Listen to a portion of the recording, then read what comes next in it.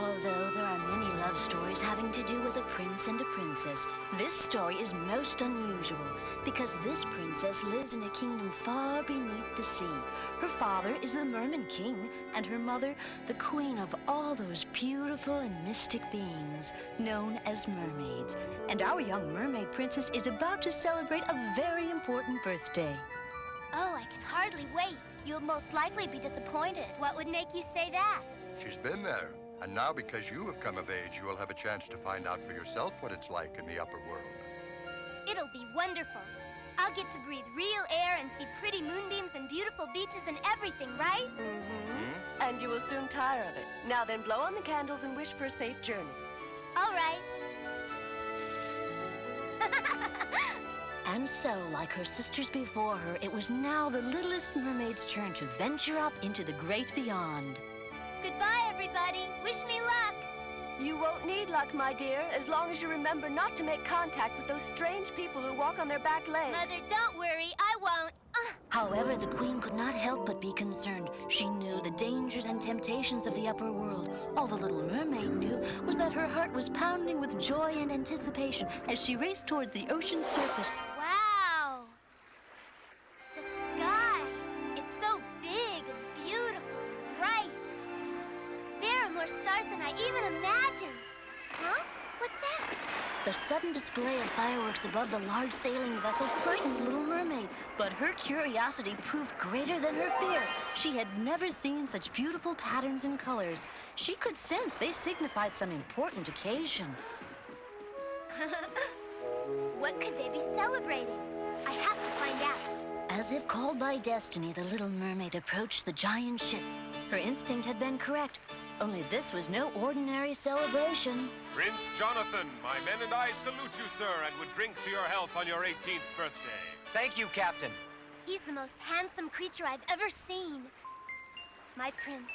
But the prince was never to know he had captured the heart of the Little Mermaid. Suddenly, the sky erupted with lightning. Jonathan knew it could mean disaster, but the Little Mermaid was so captivated by her prince that she did not even notice it at first. And in the blink of an eye, a mighty storm was unleashed. Torrents of rain poured down, and the sea was whipped into a frenzy by violent winds, sending mountainous waves crashing towards the ship. All right, men, back down and be quick about it! But the storm raged relentless, continuing to pound the ship as if it were a small toy. The captain and his crew could do nothing but try to hold on for their lives. The lifeboats, abandon! Abandon! It was too late. The huge waves covered the entire ship, forcing it and its passengers down into the ocean depths. But it was not Jonathan's fate to drown at sea, for the Little Mermaid had not lost sight of him. Valiantly, she pulled him to the surface and bravely faced the angry wind and rain and raging sea. On and on she swam, carrying her prince at her side, until at last she reached calm water and the safety of the shore. I may never have another chance to tell him.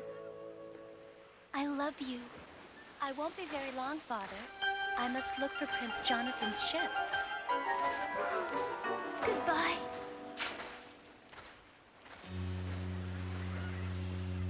Oh, Jonathan!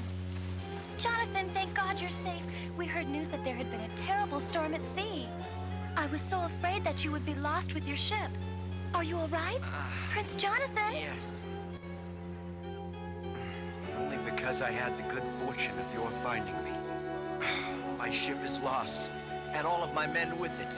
Oh, all of them? I'm afraid so. Come, let me help you back to the palace. Thank heaven at least you have survived, my prince. Sad and still weak from exhaustion, Jonathan gratefully accepted Elizabeth's help, while the Little Mermaid was left with nothing to do but watch as they disappeared from view, arm in arm. I must stay near my prince. I do not think I could ever leave him now.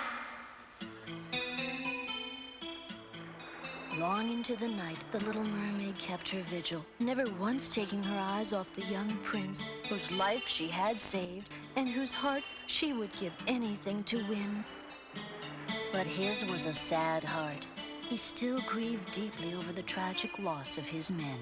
I'm certain I could make him happy once again and gain his love. But then I know what I must do.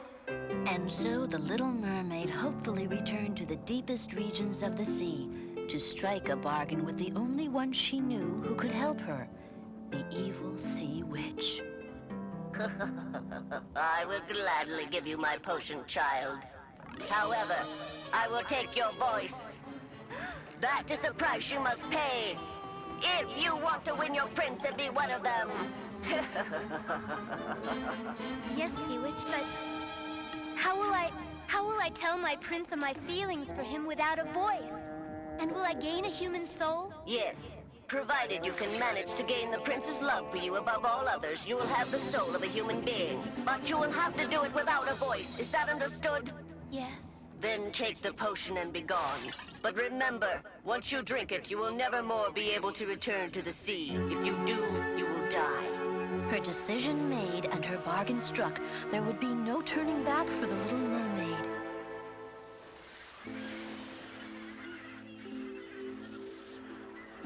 Please, you must wake up now. I found you there near the water's edge on the beach. Someone once saved my life in much the same manner. I'm Prince Jonathan. What's your name? Don't be afraid. You can tell me. Go on. Well, I think you should come with me to the palace. And so it seemed the Little Mermaid's dream was to come true. The prince's sister had even given her a beautiful gown to wear. And this is the grand ballroom. If you want to dance, be my guest. Dancing? I don't know if I can. She's so beautiful and so graceful. May I, miss? If you'll allow me. And the Little Mermaid's heart was filled with joy as the prince took her in his arms and they waltzed across the floor. Very good. You may not be able to speak, but you dance beautifully, my lovely and secretive young girl from the sea. I see that our guest has recovered, Jonathan. Let me introduce you. This is my wife, Elizabeth. Elizabeth was my fiancée and the one I told you about who saved my life when I was washed ashore after a terrible storm at sea. We have since married and are leaving tomorrow on a voyage to celebrate our wedding. Don't you think the young girl should sail with us, Elizabeth? Yes, I think it would do her good. Huh? Now all is truly lost, for he has chosen another, and I shall neither gain his love nor a soul. Nor could she ever again return to the sea. The Little Mermaid was truly more alone than she had ever been in her life. Speak to us, sister. The Sea Witch has returned your voice. Why have you come here? We want you to be with us where you belong, and we've made a bargain with the Sea Witch to allow you to come back. But in return, you must take the life of your prince. He's wed another girl, so he can never be yours. Please come back to us, oh please. You will never have the soul of a human, so your feelings do not matter any longer. Here. The Sea Witch has shown you her good faith by giving you back your voice. Take the dagger. Kill the prince so that you may once again become one of us. You may not have another opportunity. It's his life in return for yours. And so, with dagger in hand, the Little Mermaid slowly opened the door to the prince's quarters and approached the bed where he lay fast asleep. The moon was bright and full, lighting up the entire cabin as the Little Mermaid stood poised, the dagger held high above her head, ready to strike the deadly blow. But his face was so peaceful, so innocent. Try as she might, she could not force her arm to move. This was the same face that had so thoroughly captured her heart, the same young man who had been so kind and gentle toward her. Once again, she tried to summon the strength, but she could not kill this young man who was still her prince, for she loved him more than her own life.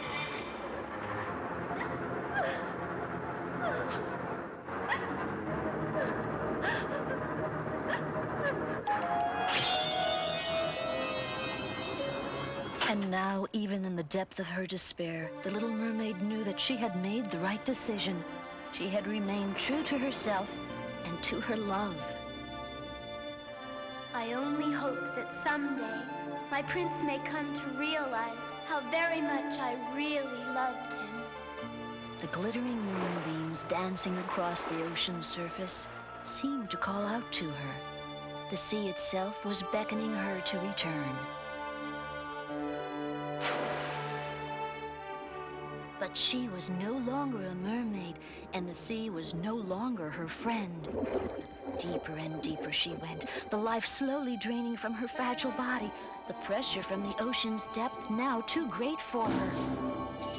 Suddenly, as if by a miracle, fate came to her rescue, just as she had come to the rescue of the young prince. She was encased in a large bubble and carried aloft to the ocean's surface by two guardian angels. The very source of life, the creator of all beings, was not going to allow her act of unselfish love to go unrewarded. She had earned a soul.